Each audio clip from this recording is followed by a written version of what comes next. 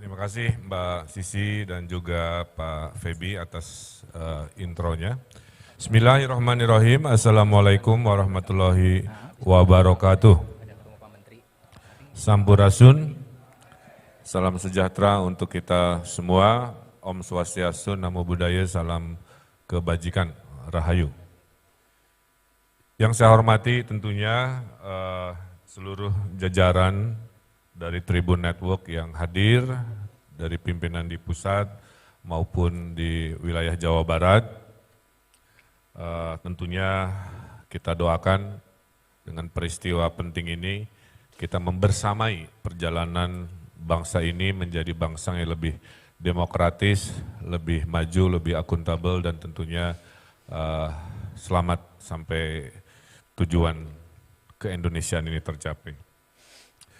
Yang saya hormati juga para pihak dari perbankan, dari sponsor yang berkenan hadir, juga beberapa kepala daerah, Wali Kota Banjar, Bupati Bandung Barat, juga Forkopimda Jawa Barat. Bapak Ibu yang saya hormati, tadi saya lagi nulis pantun pada saat dipanggil MC. Jadi tulisannya belum lengkap, tapi saya ingat-ingat di kepala ya, mudah-mudahan. Punya hasil kebun dari Pangalengan. Cakep. Dijualnya ke pasar di kota Jepara. Cakep. Selamat hadirnya Tribun Priangan, bersamai Jabar menjadi juara. Yo. Mantap lah ya, di luar kepala soalnya. Bapak Ibu yang saya hormati, tahun 2018, Indeks Kebebasan Pers Jawa Barat ranking 29.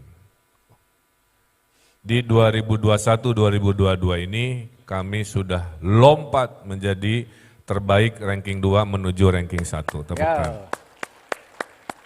Kami perbaiki ya iklim sosial politiknya, karena salah satu faktornya itu. Kami perbaiki iklim ekonomi persnya juga, ya, dan lain sebagainya. Jadi hari ini sebenarnya merayakan dan mewakili semangat reformasi yang dilakukan oleh pemerintah Provinsi Jawa Barat, bahwa Jawa Barat tempat yang sangat aman, nyaman, kondusif, dan prospektif untuk industri pers. Tepuk tangan untuk kita semua. Ya. Jadi itulah rasa bangga saya. Mohon izin, jadwal saya banyak kendala karena menjadi pemimpin hari ini paling susah memberi atensi waktu ya. Semua ingin sepenggalnya gubernur. Barusan baru dari Banten naik heli tergoncang cuaca, tapi demi Tribun Network saya bilang ke pilot. Terima kasih. Laksanakan. Dan setelah ini saya akan terbang lagi ke luar Jawa Barat, jadi padat sekali. Doakan aja Pak Gubernurnya sehat walafiat lah ya. Amin. Bapak Ibu yang saya hormati, temanya sangat keren. Kenapa?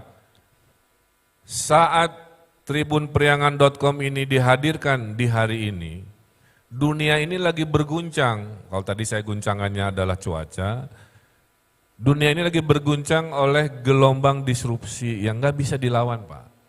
Kalau dilawan kitanya patah. Yang harus dilakukan adalah ibarat perahu mengarungi lautan, ada 3 gelombang besar ya menyertai. Yang harus dilakukan adalah memperbaiki, mengkalibrasi, mengadaptasikan si perahu ini supaya selamat melalui yang namanya badai ini. Gitu, Pak. Nah, sama juga. Banyak disrupsi, pertanyaannya semua yang duduk di sini mau gitu-gitu aja dengan zona nyamannya atau mulai beradaptasi. Kan rumusnya sederhana, yang selamat itu bukan yang paling kaya, bukan yang paling kuat, tapi yang mampu beradaptasi. Jadi pesan saya nomor 1 kepada Tribun Priangan adalah, hayu kita beradaptasi terhadap konsumennya yang mungkin mayoritas bacanya via HP kan. Saya tanya ke generasi Z, Kamu pakai HP apa saja? Banyak Pak, lebih dari 10 fungsinya. 1, telepon, 2, komunikasi chatting via WA, via macam-macam. 3, nge-medsos, ya. 4, baca berita online. 5, beli barang, Bu Rizky, kosmetik beli online. Ya. 5, jualan juga, tidak hanya beli. 6, belajar juga online. 7, minjem duit juga sekarang online, betul? Dan seterusnya yang jumlahnya semuanya berada dalam genggaman yang namanya HP. Di Jawa Barat, HP sudah jadi alat produksi, bukan hanya alat komunikasi. Masih makan ayam, ikan di kami sudah pakai HP. Nyari ikan di laut sudah pakai aplikasi. Ya, menandakan kami sedang beradaptasi. Apa itu disrupsi guncangan? 1, pandemi COVID, nggak mau juga pandemi hadir kepada kita. Suka nggak suka, semua nge-zoom dipaksa, betul? Ya. Dan lain sebagainya. Pandemi membuat manusia berpikir keras untuk selamat tapi ingin produktif, susah itu. Karena yang diputus adalah interaksi fisik manusia. Maka terdampaklah industri yang paling interaksi fisik, yaitu transportasi, ya, yaitu pendidikan dan lain sebagainya. Tapi kan alhamdulillah selamat. Berdarah-darah, Jawa Barat hilang 5 triliun kali 2 tahun, 10 triliun Pak. Nggak punya uang, yang tadinya buat jalan, jembatan, taman, bangun kobong pesantren, nggak punya. Habis buat bansos semua, nyelamatin nyawa.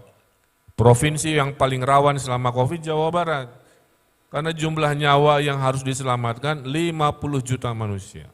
Ya. Pak Anies 10 juta, Pak Ganjar 30-an juta, Gubernur Koster Bali 5 juta, Jawa Barat nyawa yang harus diselamatkan 50 juta. Alhamdulillah selamat dan kita akan proklamasi kemerdekaan dari COVID sebentar lagi. Amin ya robbal alamin. Amin. Lahirlah adaptasi baru pasca pandemi. Cuci tangan sehari bisa 10 kali ya. Menjaga jarak menjadi sebuah pertahanan pribadi sekarang. Pakai masker bukan hal yang aneh lagi. Tingkat kegantengan pria naik kalau pakai masker katanya, ya. Karena kalau buka masker jeleknya kelihatan. Biaya lipstik berkurang untuk para wanita, ya, dan lain sebagainya. Nah, adaptasi-adaptasi inilah yang harus dipahami oleh media. Kita temukan saat COVID ada ekonomi yang tidak terpengaruh ternyata. 1, pangan. Karena urusan perut, nggak mau tahu mau krisis nggak krisis, urusan perut tetap. 2, digital sesuai tema. 3, ekonomi kesehatan, karena pandeminya pandemi kesehatan. Jadi itu 1 guncangan. Guncangan kedua, sudah menyertai sebelum COVID, tapi kita belum hatam, namanya disrupsi 4.0. Mohon maaf ya, perbankan sudah mulai terasa, orang ke ATM makin berkurang, betul? Teller-teller bank makin menyedikit, kira-kira begitu. Buka akun, dulu harus ngantri, ketemu satpam, ngambil formulir, dipanggil, ngisi ini.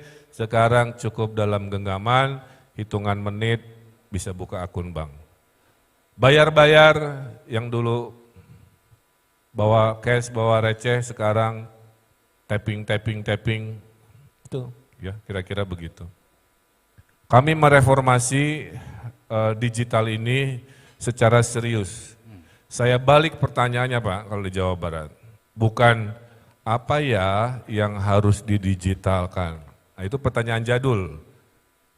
Di kami dirubah pertanyaannya, apa ya yang sisanya yang belum didigitalkan. Karena seluruh dimensi kehidupan akan didigitalkan.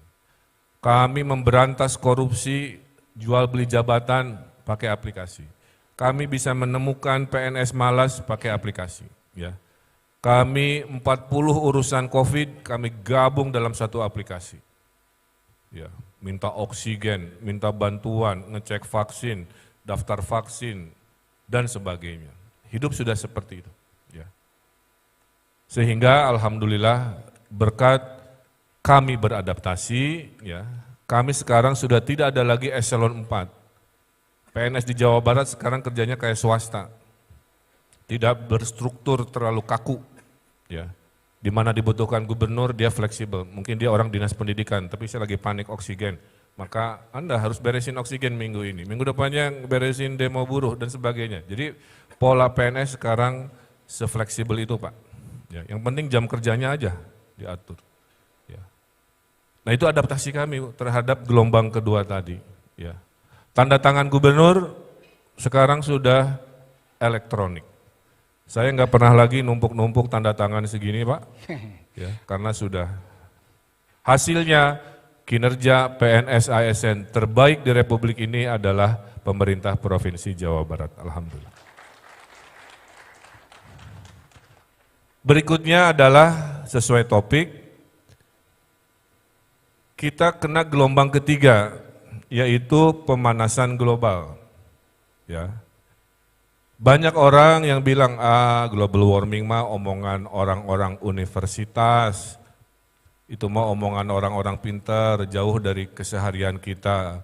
Ya dunia betul makin panas, tapi ya, nah saya kasih tahu, global warming Bapak Ibu, pemanasan global Bapak Ibu, sudah hadir di tanah Jawa Barat dampaknya. 1, 700 hektar tanah hilang dari Muara Gembong di Bekasi sampai utara Subang.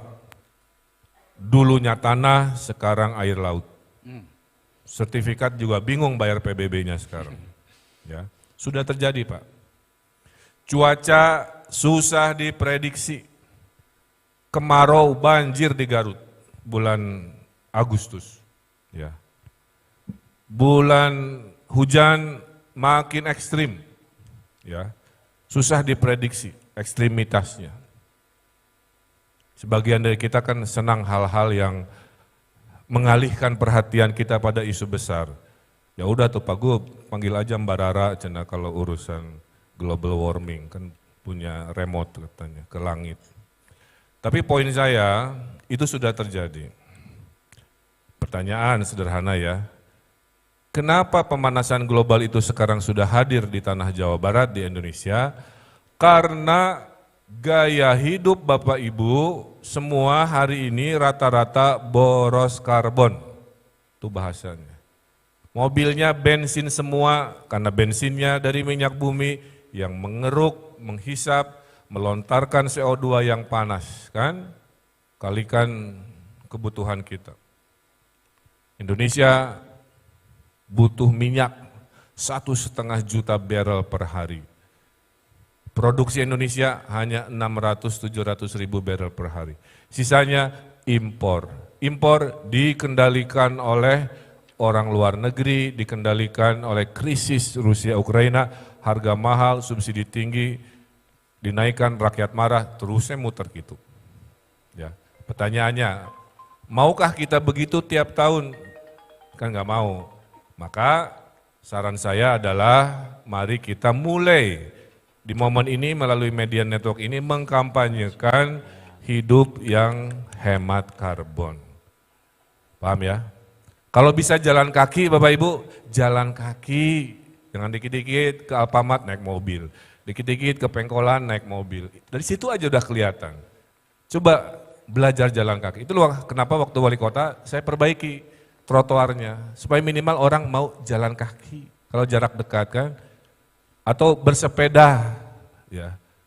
Kalau kepepet baru kendaraan bermotor. Nah di hari ini ada pilihan, tinggal Anda mau apa tidak. Di kiri mobil berbensin, di kanan mobil listrik. Oh tapi kan nggak keren Pak Gub, nggak ada suara brum-brum-brumnya. Sekarang ada mobil listrik, suaranya aplikasi Pak, mau suara Ferrari, suara Lamborghini, suara Toyota bisa, kalau memang suara dirindukan oleh penggemar mobil bensin, kira-kira begitu ya. Nah, Jawa Barat poinnya ingin yang terdepan urusan green economy melawan global warming ini. Apa contohnya? Sebelum Pak Jokowi bikin surat edaran untuk mewajibkan pejabat pakai mobil listrik, Gubernur Jawa Barat 2 tahun lalu sudah sehari-hari pakai mobil listrik. Saya menghemat miliaran dari uang bensin, Pak. 300 km bensin itu sekitar 300.000 harga dulu. Nyolok listrik dan nyoloknya kalau dirupiahkan hanya 50.000. Jadi kami hanya membayar 1/6 dari biaya bensin. Seorang ojek, Pak, lapor ke saya, Pak, saya nekat pakai motor listrik. Kalau pakai bensin, dia harus keluar uang hampir 1,5 juta sebulan. Dengan motor listrik dia hanya tadi 1/5, 1/6. Kalikan setahun dia menghemat 5 juta, Pak. Untuk seorang pemotor ya menghemat 5 juta setahun yang tadinya habis oleh bensin. Nah, jadi media liputlah yang level receh, akar rumput, liput juga saya yang level pengambil kebijakan, sehingga tadi terjadilah sebuah respon adaptasi, tadi itu poin saya. Ya. Jadi kira-kira itu ilustrasinya. Apalagi supaya tidak boros karbon. Ini listrik di ruangan ini masih pakai batu bara. Suatu hari dari matahari, suatu hari air, suatu hari full dari panas bumi dan seterusnya. Jawa Barat membangun terbesar di ASEAN pembangkit listrik tenaga surya yang mengapung di Danau Cirata. Ya, triliunan bersama Abu Dhabi. Tuh, membangun angin di Sukabumi dan di Garut. Membangun panas bumi yang paling berlimpah di seluruh Indonesia, kumpulnya di tanah Jawa Barat. Jadi apa kesimpulannya Bapak Ibu? Saya izin melaporkan, Jawa Barat dalam kepemimpinan kami full Pak beradaptasi. Ya, saya paksa dengan peraturan gubernur, saya paksa dengan edaran gubernur, saya beri keberpihakan terhadap anggaran. Insya Allah hasilnya COVID-nya selamat, gelombang pertama. Digitalnya juara, kita award dari Asia Pasifik Pak, untuk desa digital kami. Kemudian tadi global warmingnya juga kita respon, dimulai dari gubernur wagubnya, dimulai dari pabrik mobil listrik pun kan di Karawang Pak, baterainya juga di Karawang, semua ada ngumpul di Tanah Istimewa. Jadi Tribun Priangan ini hadir pada saat dunia sedang tidak baik-baik saja. Mari selain bad news is good news, juga good news as inspirational news harus jadi ideologi. Ya. Tinggal cara membungkusnya, karena generasi milenial Z sekarang nggak bisa baca berita lebih dari banyak kata, hobinya baca judul. Ya. Saya ingin semangatkan Bapak Ibu, Tribun Priangan ini hadir saat ekonomi Indonesia sedang ranking 16 ya, dari 200 negara. 10 tahun lagi kalau bisnisnya lancar, insya Allah amin, Indonesia ekonominya ranking 10. Kalau kitanya kompak, nggak bertengkar 2024, insya Allah kita akan menjadi negara adidaya di 2045. Mantap. Siapa yang hidup di zaman itu, anak-anak Bapak yang nanti umurnya 40 tahun, 50 tahun, saya mau udah lansia, sama Bu Cinta sudah aki-aki ini. Nah, kami berdoa ya Allah mudah-mudahan gitu kan, si berita baik ini sampailah pada puncaknya. Tapi ada syaratnya, satu, anak cucu kita jangan stunting. Ya.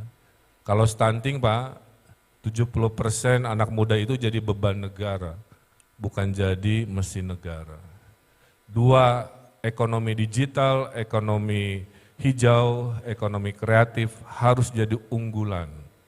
Dan ketiga, dibantu oleh media, tidak boleh ada pertengkaran dalam pesta-pesta demokrasi kita.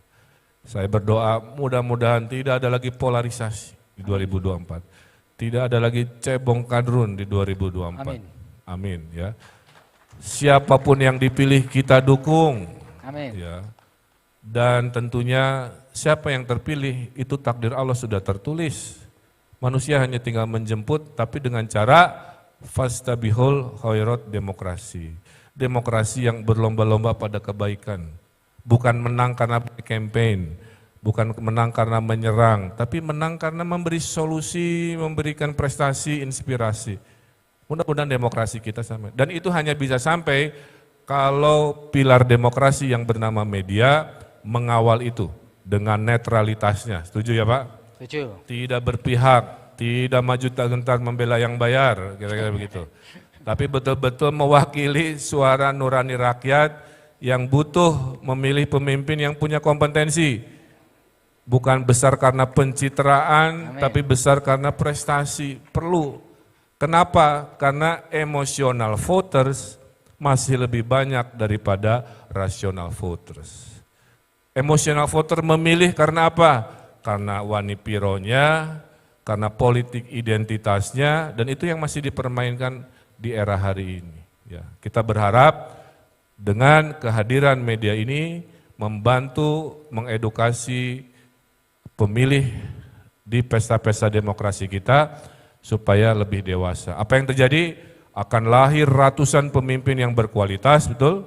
Kemudian membawa ranking 16, 10, ranking 4 dengan lancar, mengkondusifkan suasana dan tentunya menjadikan Indonesia maju dan juara.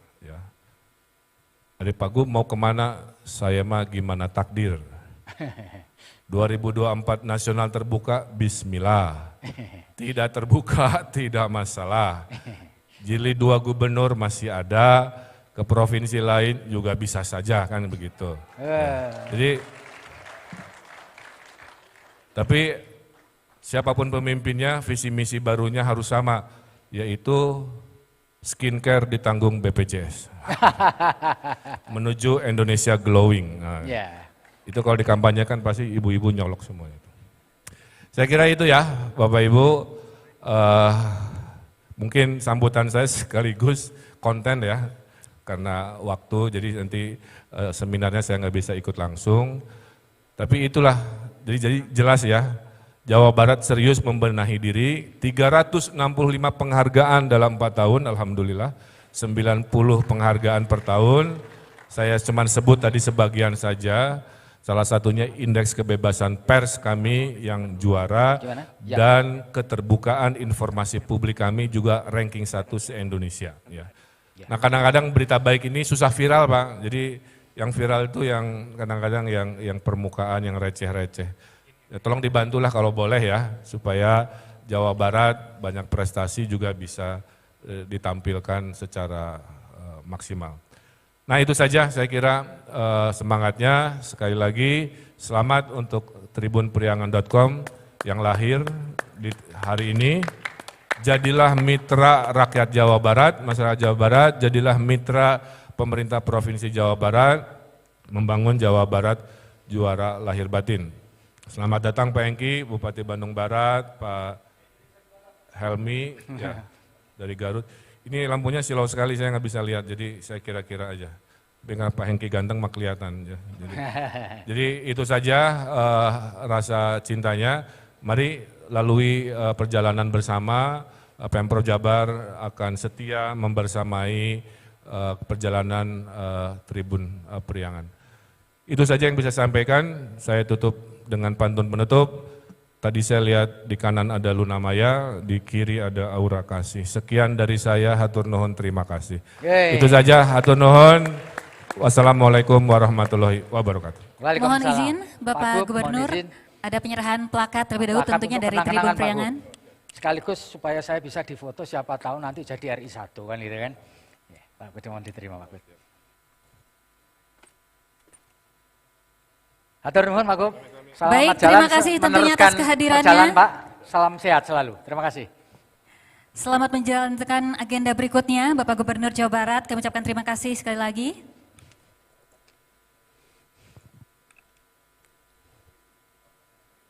Bapak Ibu sekalian, Bapak Gubernur kembali melanjutkan aktivitas dan Bapak-Bapak kami mohon tetap mengikuti acara ini sampai tuntas. Sekali lagi, hatur nuhun Pak Ridwan Kamil, selamat menunaikan tugas kembali, salam sehat Pak.